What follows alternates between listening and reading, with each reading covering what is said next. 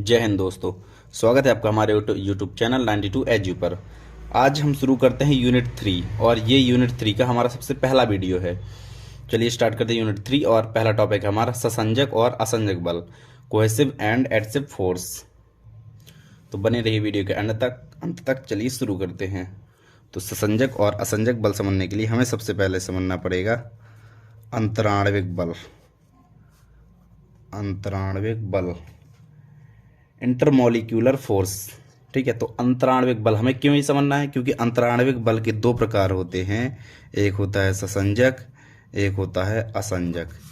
इसलिए सबसे पहले हम पढ़ेंगे अंतराण्विक बल क्या होता है। अब सुनो, क्योंकि आप जानते हो कि प्रत्येक पदार्थ अणुओं से मिलकर बना होता है। जो पदार्थ होता है वो छोटे छोटे अणुओं से मिलकर बना होता है, और जो अणु होता है वो अणु परमाणु से मिलकर बना होता है। इतना ठीक है, यहाँ तक क्लियर है। तो अणु जो होता है परमाणु से मिलकर बना होता है। अब देखो, हम जानते हैं परमाणु के अंदर पॉजिटिव और नेगेटिव दोनों चार्जेस होते हैं। तो उसका टोटल जो होता है, जो भी टोटल आवेश होता है वो उदासीन होता है, मतलब ना ही धनावेश होता है पूरी तरह से, ना ही ऋणावेश होता है, मतलब परमाणु विद्युत उदासीन होता है। तो इसका मतलब प्रत्येक अणु भी, अगर परमाणु विद्युत उदासीन है तो प्रत्येक अणु भी हमारा विद्युत उदासीन होगा। अब सुनो, तो जब दो अणु पास पास आते हैं, जब दो अणु, ये दो अणु, ठीक है, ये दो पास पास आते हैं तो उनके आवेशों का वितरण होता है। मतलब विजातीय आवेश आकर्षित करते हैं और सजातीय आवेश प्रतिकर्षित करते हैं। लेकिन विजातीय आवेशों का आकर्षण अधिक होता है सजातीय आवेशों के प्रतिकर्षण की अपेक्षा। इसलिए दोनों अणु पास पास आते हैं, जिससे मतलब दोनों अणु आकर्षण बल अधिक होता है। ध्यान सुनो, पहले आकर्षण बल अधिक होता है और प्रतिकर्षण बल कम होता है। मतलब कुल मिलाकर उन दोनों अणुओं के बीच आकर्षण बल लगेगा, प्रतिकर्षण तो कम लगेगा, तो उसे हटाओ। आकर्षण बल ज़्यादा लगेगा तो आकर्षित करेंगे दोनों अणु एक दूसरे को। तो ये जिस बल से आकर्षित करते हैं, मतलब इन दोनों के आकर्षण बल जो होता है उस बल को कहते हैं अंतराण्विक बल। इसे अंतराण्विक बल कहते हैं। ठीक है, तो जब अणु एक दूसरे को आकर्षित करते हैं तो वो आकर्षित कर बिल्कुल पास में आ जाते हैं। मतलब आकर्षण बल और अधिक बढ़ जाता है, प्रतिकर्षण घटता जाता है और बिल्कुल चिपक जाते हैं। लेकिन जैसे एक निश्चित अवस्था होती है कि इसके बाद वो एक दूसरे को आकर्षित नहीं करते, जैसे ही उस अवस्था में जाते हैं तो आकर्षण बल का मान घटने लगता है और प्रतिकर्षण बल का मान बढ़ने लगता है, जिससे अणु फिर दूर दूर हो जाते हैं, फिर पास पास आते हैं, फिर दूर दूर हो जाते हैं। इसलिए दो अणु आपस में कभी नहीं जुड़ते। ठीक है, हाँ, तो मेरे ख्याल से आपको अंतराण्विक बल समझ में आ गए होंगे।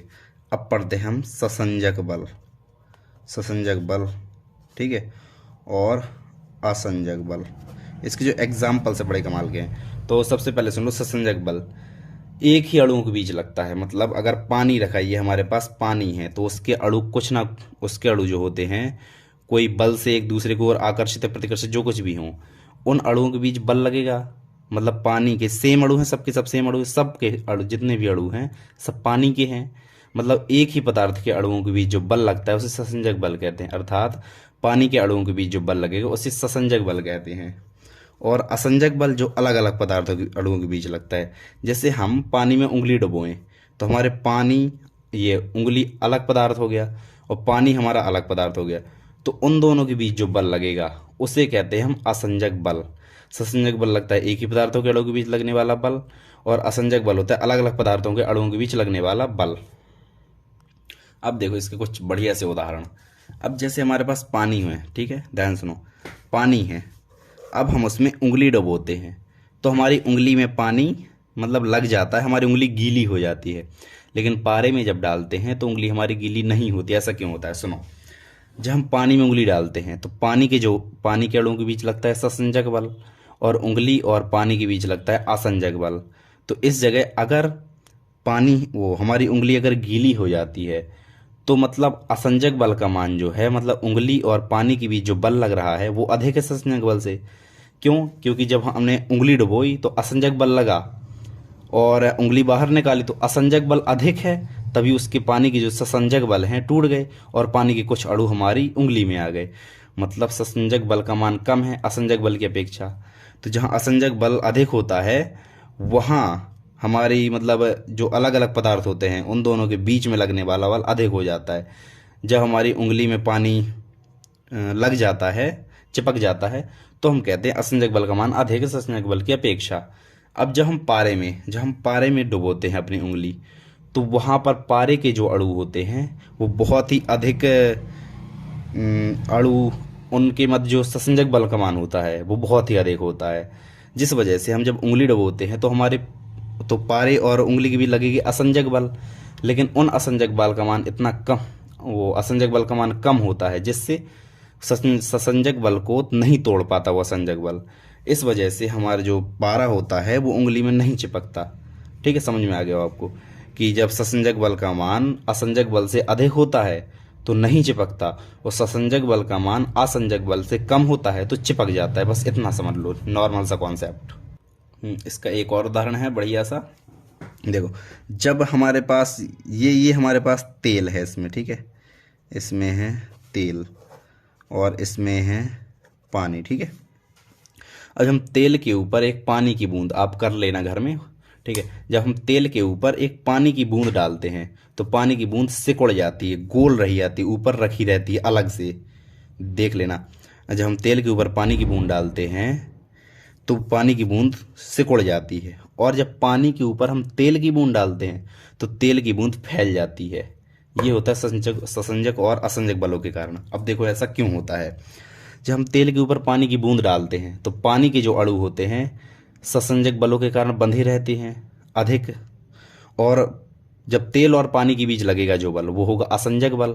तो असंजक बल का मान यहाँ पर कम होता है और ससंजक का मान अधिक होता है, जिस वजह से पानी हमारा नहीं फैलता सतह पर, पानी अपना अलग रहता है, तेल अलग रहता है। इसी प्रकार यहाँ होता है, जब पानी में तेल डाला जाता है तो तेल का जो होता है ससंजक बल का मान वो कम होता है, जिससे वो फैल जाता है पूरी सतह पर। जैसे इसका एक और एग्जाम्पल है कि जब हम पेन से लिखते हैं कागज में तो लिख जाता है। क्यों लिखता है? क्योंकि स्याही के जो ससंजक बल का मान है वो कम है, और कागज और स्याही के बीच लगते हैं असंजक बल, और असंजक बल एक दूसरे से चिपक गए, ससंजक बल टूट गए, मतलब असंजक बल का मान अधिक है ससंजक बल की अपेक्षा। ये भी हो गया एक बढ़िया सा एग्जाम्पल। तो आई होप कि ये आप समझ गए होंगे ससंजक और असंजक बल के बारे में अच्छे से। तो गाइज इस वीडियो को यहीं पर एंड करते हैं। ये समझने के लिए है कि क्योंकि ससंजक और असंजक बल आगे हमारे लिए उपयोग में आएंगे, तो इसलिए एक ये समझने वाली चीज़ है ये कि ससंजक और असंजक बल होते क्या हैं। तो गाइज इस वीडियो को यहीं पर एंड करते हैं, मिलते हैं अगले वीडियो में। Thank you so much. और अगला वीडियो होगा हमारा पृष्ठ तनाव, सरफेस टेंशन वाला। Thank you.